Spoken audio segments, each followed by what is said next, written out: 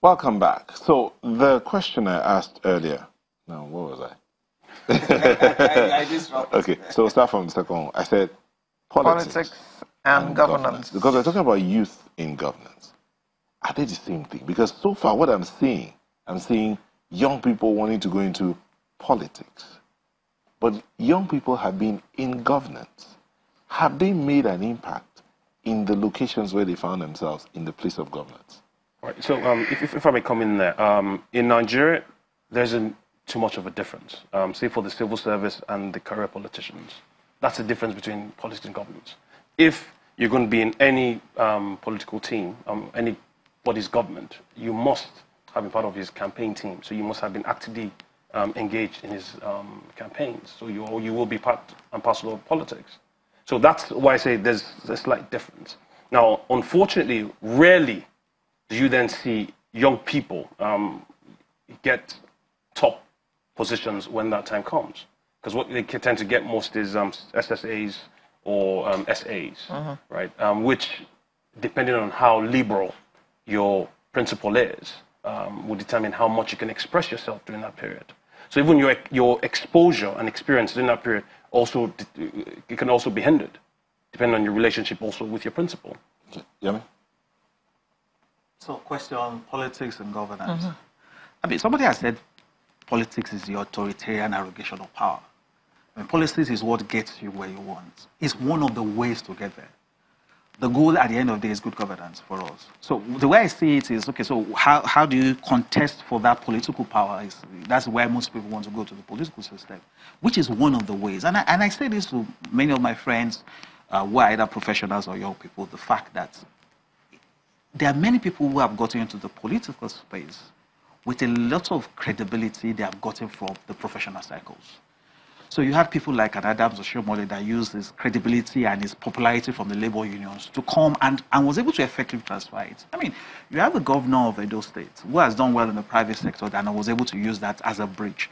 So the point is, at the end of the day, we can have great young people who are good and who are competent and who go into politics, but if they get into government, will they give good governance? And that's why I'm saying I'm not interested really in the age factor.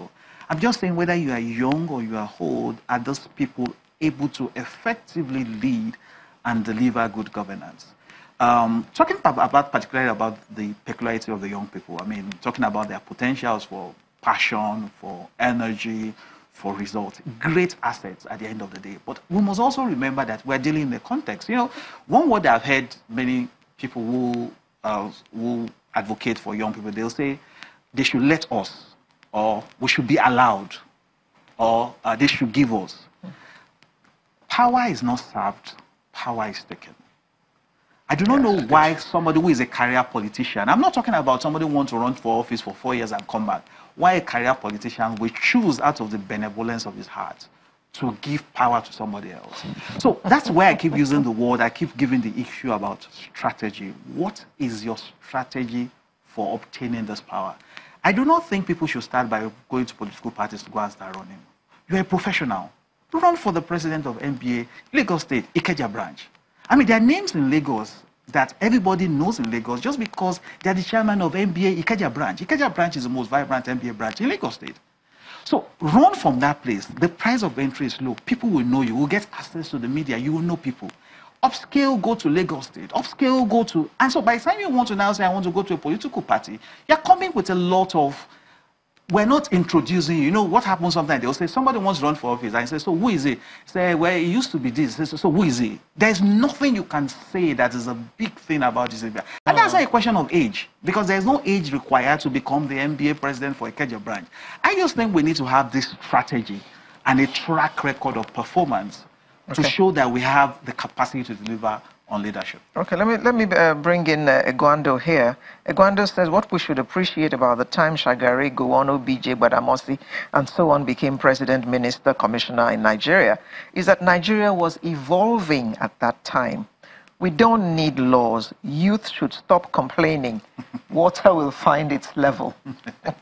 Okay, so let me bring in this on about the young people, the governance and politics thing. So Ishaya says, I know a young man who was the administrative officer at a very big and popular mall somewhere in the country. He embezzled close to 10 million naira, got fired, and a few months later wants to represent his constituency in the National Assembly. Now, from this, the guy had an opportunity to lead, to govern a place, to administer a place, but he stole, and then now wants to go up. You know, the amazing part is I notice that when people make examples of young people, they tend to look at the bad eggs more. There are plenty of good eggs. Yes, there are plenty of good eggs, which is what I'm going to drive at. It's quite also unfortunate that when young people are asked questions as to governance and what roles they've played, people tend to downplay their activities in unions and associations. You know, when you look at political experience, it's not just tailored towards I have been in political governance. You could have held key strategic positions within small associations, like you said, but it doesn't have to be that big. So yes, I've been the NBA chairman in Ikeja. Doesn't mean people in Lagos will know me. It's not necessary. And what I would... that comes as part of... It's in your CV. Yes, it is. So there is so it would be a selling point for you. There is no young person, and that's what I'm driving at.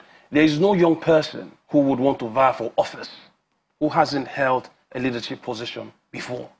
Because before you want to step up and take up that position, you must have held, or you must have had that experience, or that passion would come from within you. Okay. So, sorry about that. Ikwanwasa says, I think good mentorship and a thorough / credible leadership recruitment process processes are important before seeking office. Which is what we're talking about. Which is, sorry ma'am, if I may put it this way, if I was the secretary of my church association and I've kept good documentation, right, and maybe the chairman or the president of that association was a former political head, or maybe the former SSG of the Federation, would my mentorship under him in the association, would that qualify me as well as experience for a political office, maybe in the federal government? I don't see why not. Because if and when Nigeria starts having sufficient structure whereby people can learn as well through the system, because one thing is to have certain qualities, another thing is to learn through the process. And I use Donald Trump as a good example. As much as a lot of people will ridicule his approach to government, right, I believe the structure, the institutions of the United States have been able to keep that in shape. Now in Nigeria, from what I see, it's the,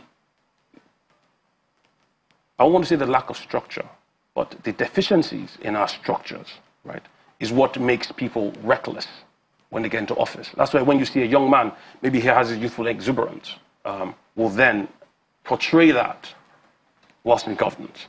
But I'll also add on to say that if and when young people who have those qualities, who are not in it being fruits of the bad tree, right, are given that opportunity, I'm sure we will then see a lot of, we have to give more examples of better young politicians. I understand we have to go, but let me just read this tweet. Abiodun Adebisi says, I think with a clear scorecard designed for each office in Nigeria, office holders will begin to see a new phase of governance. No scorecard, no appraisals, no consequences. Well, food for thought. Maybe I just want to say something. Do you mind? Okay. The last guest you interviewed were two guys that did something great, worthy of celebration. You never asked them their ages. The man that found the bag that went to give his supervisor, by looking at their faces, is older than the man he gave. So it was a partnership. There was an elderly man and a younger man, and worked together and got a great result. That's what makes for human capital development and societal growth. Their ages don't matter if they want to do the right things. And therefore, we should emphasize people that are competent like this, not their age. And I'm so happy why you never ask for their age. Because doing good is not a question of age. It's a question of people that live by principles and are committed to making sure that no matter what happens, I'm going to live by it. If I may say, if I may just say a word, ma'am. Just one. Yes, no, Okay. a sentence, if I correct that. So we need to fix Nigeria. I believe the private sector can't do that. We need the young people to fill in that space, to bring in a breath of fresh air, to see how we can change a few things. I don't think the old bloc can. And if they are not given that opportunity, you see a lot of them crossing the Sahara Desert going to look for greener pastures. Thank you very much. Youth advocate Adekunle Osibogun. Thank you very much. We also had a human resource practitioner, Mr. Yomi Faweyimi, talking to us about youth in governance. Thank you very much for coming. We shall take a short break and be back for the home stretch. Please stay with us.